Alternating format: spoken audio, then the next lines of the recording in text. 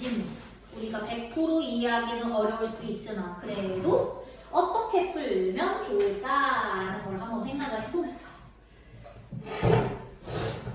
문제 유형부터 먼저 보면 23번은 글의 흐름을 물어보는 전개 방식 물어보는 문제 유형이었고요. 이 전개 방식은 얘들아 내용을 하나하나 뜯어봐라 이런 문제가 아니라 글이 어떻게 흘러가고 있니라는 큰 흐름을 물어보는 거니까 만약 니네가 실전에서 모의고사를 푸는데 비문학 지문을 읽을 시간이 없어. 나는 이걸 찍어야 돼. 근데 한 몇 분 남았어. 그러면 이 전개 방식 문제는 1번 문단이랑 마지막 문단 빨리 읽어서 그 흐름을 파악해서 풀 수 있는 문제야. 이런 거는 풀 수 있어. 다음 24번은 기억에 대한 진술인데 간접 규제 방식이 기억이다. 그럼 우리는 이 내용의 중심 키워드가 간접 규제 방식인 걸 일단 스포 당했고 간접 규제 방식 중에 여러 가지 제도가 있으니까 선지의 부가금 제도, 배출 부가금 제도, 제품 부가금 제도 이런 거 물어보겠지? 얘네 특징 정리하면서 읽으면 이 문제 풀 수 있겠다라고 우리 짐작할 수 있겠고 내용하기. 25번 같은 경우에는 아까 우리가 앞에 지문에서 봤던 문제 유형이랑 비슷해. 사례 적용하는 문제죠. 근데 사례 적용은 얘들아 결국 작품 이 본문의 내용을 이해해서 사례에 적용해야 되니까 끝까지 읽어줘야 돼. 이 문제는 끝까지 안 읽으면 놓칠 수도 있어. 자, 그 다음에 26, 27은 그래프인데 이 그래프가 생뚱맞게 나오는 그래프가 아니라 꼭 본문에 나와. 이 그래프가. 그럼 그 그래프가 담겨져 있는 문단의 내용을 좀 자세하게 읽어줘야 이 그래프도 풀 수 있겠지. 그래서 그래프 읽는 방법, 그래프를 통해 말하고자 하는 말을 캐치하고 문제를 풀어주셔야 되겠다. 그래서 문제는 두 개인데요. A에 대한 설명으로 가장 적절한 것은 이랑. 근데 A가 뭔가 하고 그래프를 봤더니 한계 저감 비용 곡선이랑 한계 피해 곡선이 만나는 교차 지점이야. 그럼 글 속에서 이 교차 지점에 대해 뭐라고 얘기하는지 파악하면 이 문제 풀 수 있는 거 아니야? 그죠? 그리고 27번은 밑글을 바탕으로 보기를 이해해라 라고 하면서 그 안에 있는 그래프에 뭐 물질 배출량 어쩌고저쩌고 유도 이런 얘기 하는데 사실 이 그래프 어디에 있냐면 본문에서 세 번째 문단에 나오잖아. 세 번째 문단부터 그 부분이랑 다음 문단 꼼꼼하게 읽으면 이것도 풀 수 있어. 뭔 얘기인지 알겠지? 근데 이제 알겠다. 순서대로 풀면 안 되겠구나. 그래서 문제 먼저 읽으라는 거구나. 자, 그래서 들어갑니다. 1번 문단 들어가 볼게요. 환경오염을 줄이기 위한 주요 환경 정책은 직접 규제와 간접 규제 방식이 있다. 직접 규제는 정부의 지시나 통제를 통해 환경 기준을 준수하도록 강제하는 방식인데 이는 수많은 오염 배출원을 정부가 직접 단속하는 데 많은 예산이 필요하다. 그래서 경제적 유인을 통해 환경오염을 줄이려는 간접 규제 방식을 사용하기도 한다. 그러면 머릿속에 그려지는 구조는 1번 문단에서 환경오염을 줄이기 위한 정책 먼저 얘기했고요. 그 정책엔 크게 두 가지가 있대. 무슨 정책과 무슨 정책? 직접 규제 방식이랑 간접 규제 방식이 있다라고 얘기를 하면서 얘가 조금 더 자세하게 얘기하는 방식은 뭔 것 같아? 간접 규제 방식인 거야. 그 간접 규제 방식에는 무슨 제도, 무슨 제도, 무슨 제도가 있다?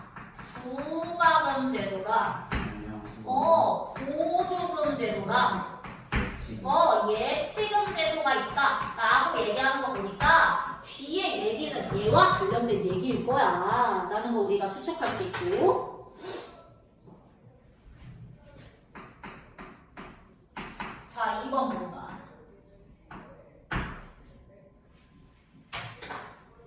먼저 부가금 제도는 그러면 이것부터 설명하는 거야. 이번 문단에서 부가금 제도는 종량 수거료, 배출 부가금, 제품 부가금 등을 이용하는데 먼저 종량 수거료 제도는 얘들아 그러면 얘도 그 정도는 미리 그릴 수 있겠다. 뭐 설명할 거다? 이 세 개 중에 부가금 제도부터 설명할 건데 이 부가금 제도에는 뭐가 있다? 종량 있고 배출 부가금. 배출 부가금 제도가 있고 제품 부가금 제도가 있다.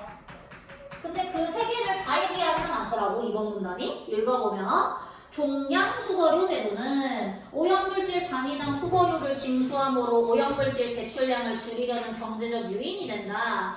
하지만 수거료 요율을 무조건 높이며 금전적인 부담으로 인해 불법적인 무단 투기가 성행할 수도 있다. 여기서 한번 끊어주면 되겠죠. 자, 그럼 종량 수거료에서 우리가 포인트로 둬야 될 건 뭐야?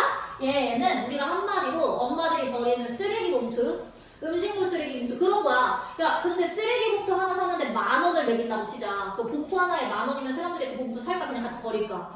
갖다 버린다라는 얘기하고 있는 거예요. 자, 그 다음에 한편 배출 부가금이란 기업들이 오염물질의 배출량에 비례해서 정부에 납부해야 하는 금액이다. 자, 이거는 기업들이 자기들이 뭔가 물건을 만들 때 매연을 내거나 그 폐수를 흘려보내거나 하는 만큼 돈을 내는 거야, 나한테. 자, 그래서 이 경우 배출 부가금은 오염물질 배출량을 당연히 줄일 수밖에 없겠지. 돈 적게 내려면 오염을 덜 내보내면 되는 거니까. 그러면 이번 문단은 여기까지 설명으로 끝나버렸다? 그러면 3번 문단에 전개되는 내용은 얘를 마저 할까? 뭘까? 생각했을 때 얘를 마저 할 거였으면 그냥 얘를 다 이번 문단에 넣겠지. 뭔가 얘와 관련된 구체적인 설명이 필요하니까 갑자기 이렇게 끊어버린 거란 말이야. 3번 문단 그래서 들어갔더니 배출 부가금으로 인해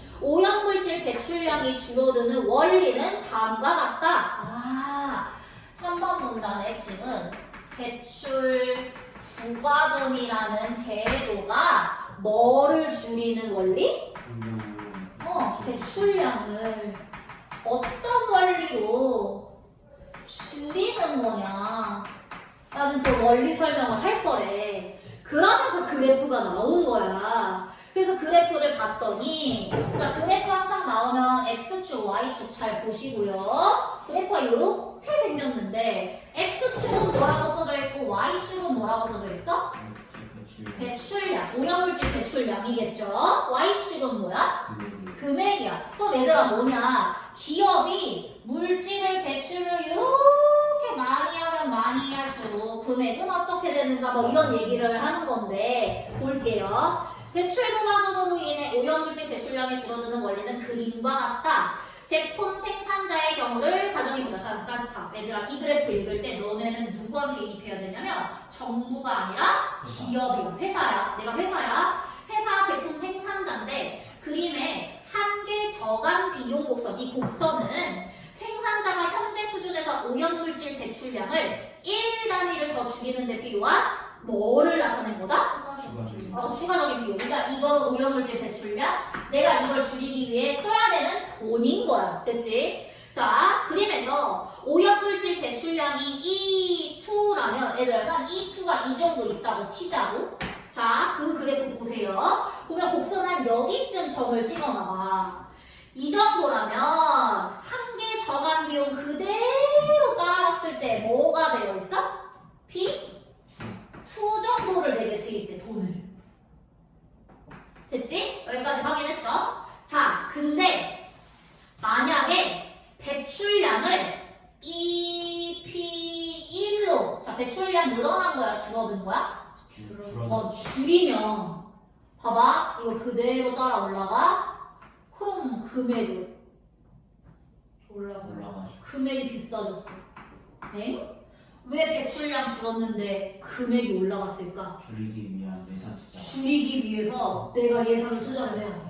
그러니까 내가 매연을 덜 뿜으려면 여기다 막 거름망 같은 걸 설치를 해야 되는 거잖아. 그래서 얘가 그 얘기를 똑같이 해. 뭐라고 한다? 배출량이 적어지죠. 사실 3번 문단 구조도에 들어갈 내용. 배출량이 적어지면 적어질수록 뭐가 증가해? 한계 저감 비용이 늘어. 왜 그럴까? 내가 그거 줄이려고 새로운 설비를 추가하니까. 그게 3번 문단 끝이야. 됐지? 자, 그리고 4번 문단 들어가면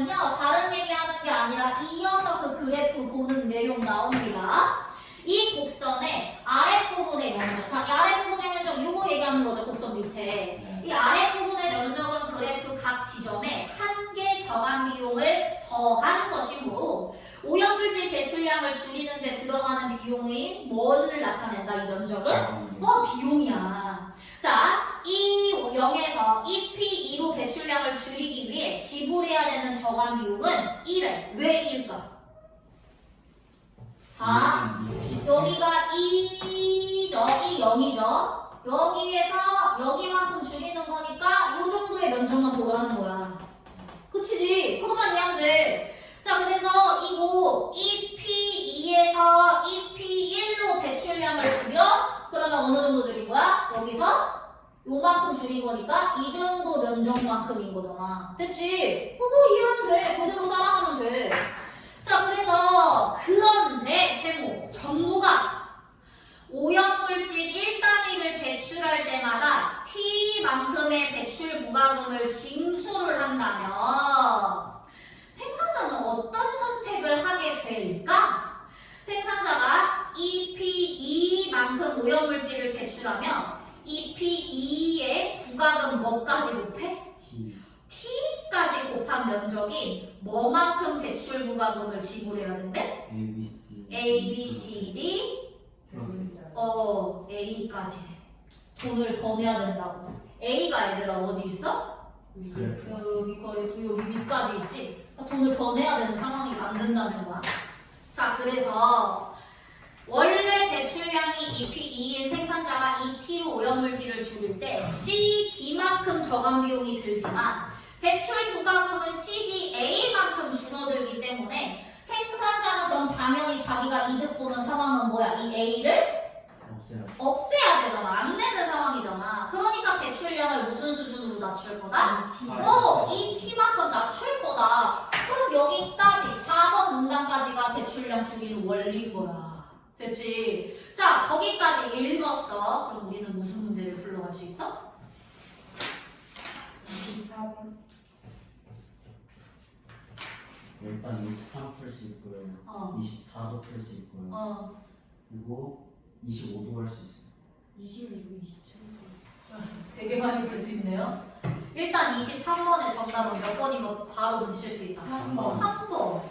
24번. 1번. 왜 1번이야? 재활용률이 아니라 경고라. 부가금 제도는 재활용률을 높이는 걸 목표로 하는 게 아니라 오염물질 배출을 줄이려는 오염물질 배출 자체를 줄이는 거야. 지문을 끝까지 읽은 친구들은 여기서 바로 눈치채는 게 재활용률을 높이는 제도는 얘가 아니라 뭐야? 예치금 제도로 나와. 마지막 문단에. 됐죠? 그래서 24번의 정답은 1번이고 25번의 사례 적용은 1번에 왜 1번이야? 그 유리병 반납 여부를 분석하기 위해서가 아니라 이제 이거 사실 아니 음료수를 500원에 판매하고 알아서 처리하게 하고 돈을 안 돌려주는데 왜 돈이야? 사실 그냥 사례 꼼꼼하게 읽으면 답은 바로 보이거든? 이게 뭔 상황이야? 저희가 그 500원을 파는데 이제 각각의 그 아까 나온 거 예치금 아니 그 종량 수거료 배출 부가금 뭐 이런 거를 다 해가지고 하나씩 적용한 사례들을 대고 이제 비교해서 쓰라는 그래서 A국은 지금 뭡니까? 그냥 사고 알아서 니네 알아서 처리해. 음료수를 네가 500원에 유리병에 든 음료수를 500원에 판매를 하고 빈 병은 네가 알아서 처리해라 라고 하는데 환경을 심각하게 파괴하는 물질 사용 여부와 유리병 반납 여부를 단속을 했냐고. 아니죠. 안 했잖아. 이거 왜 틀린지 이해가 안 가. 그죠? 자, 그래서 이거 좀 이따가 지금 마저 읽고 나머지 선지들이 왜 맞는지 한번 보러 오는 걸로 하고 26번은 어때요? 아직 못 풀어. 27번 풀 수 있어요. 풀 수 있어.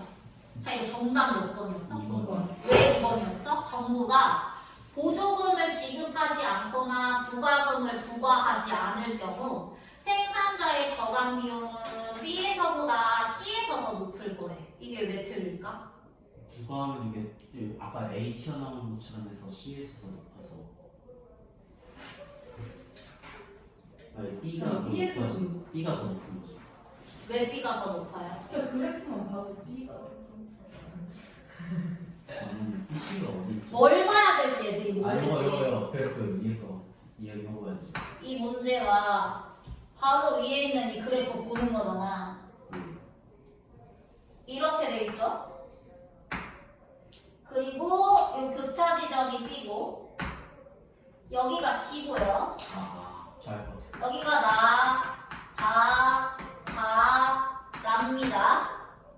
자, 이번에 뭐가 틀렸다고? 왜냐면 여기 그 한계적인 비용 곡선을 보면 여기에 위에 있는 점이 이제 비용이거든요. 근데 B에 해당하는 점이 C보다 높기 때문에 B에서가 비싸요. 그래. B 그대로 따라 올라가는 거랑 C 그대로 따라 올라가는 거 비교했을 때 뭐가 더, 자, 뭘 봐야 돼? 우리 이거 봐야 돼? 이거 봐야 돼? 그 왼쪽, 이렇게 오른쪽. 오른쪽으로 떨어지는 거. 오른쪽으로. 이거 봐야 되지. 네, 그럼 이거 봤을 때 뭐가 더 가격이 높아? B. B요. 이것만 보면 되잖아. 아니 근데 뭔가 새로운 막 이상한 거 하나 선 추가되고 그러니까 갑자기 헷갈려가지고. 그러니까 생각보다 별거 아닌데 애들이 그래프로 물어보니까 이게 어떻게 해야 되지? 막 이런다고. 뭔 말인지 알겠죠? 자, 그래서 2번이라고 이제 정답 찾아주면 되겠고 마저 한번 읽어볼까요? 그래프 거의 다 읽었으니까. 5번 이처럼 배출 부가금 제도는 정책수단인 부가금과 규제 대상인 오염물질 간의 연계성이 높기 때문에 오염을 줄이는 효과는 뛰어나다. 근데 이제 매번 얘가 제도 얘기할 때마다 뭐 하냐면 장점이랑 단점 얘기 같이 할 거야. 하지만 이 제도는 정부가 각 생산자의 오염물질 배출량을 뭐 해야 돼? 얼마만큼 내고 되는지 다 확인을 해야 돼. 그래서 뭐가 많이 든다? 정보 획득 비용이 많이 든다. 그래서 그에 대한 대안으로 뭐가 나왔다? 제품 부가금이라는 제도를 냈는데 제품 부가금 말 그대로 이거를 만든 만큼 제품을 만든 만큼 거기에 매기는 거야. 걔가 오염물질을 발생했다는 전제 조건 하에. 자, 그리고 6번 문단으로 들어가면 6번 문단에 이제 뭐 얘기해요?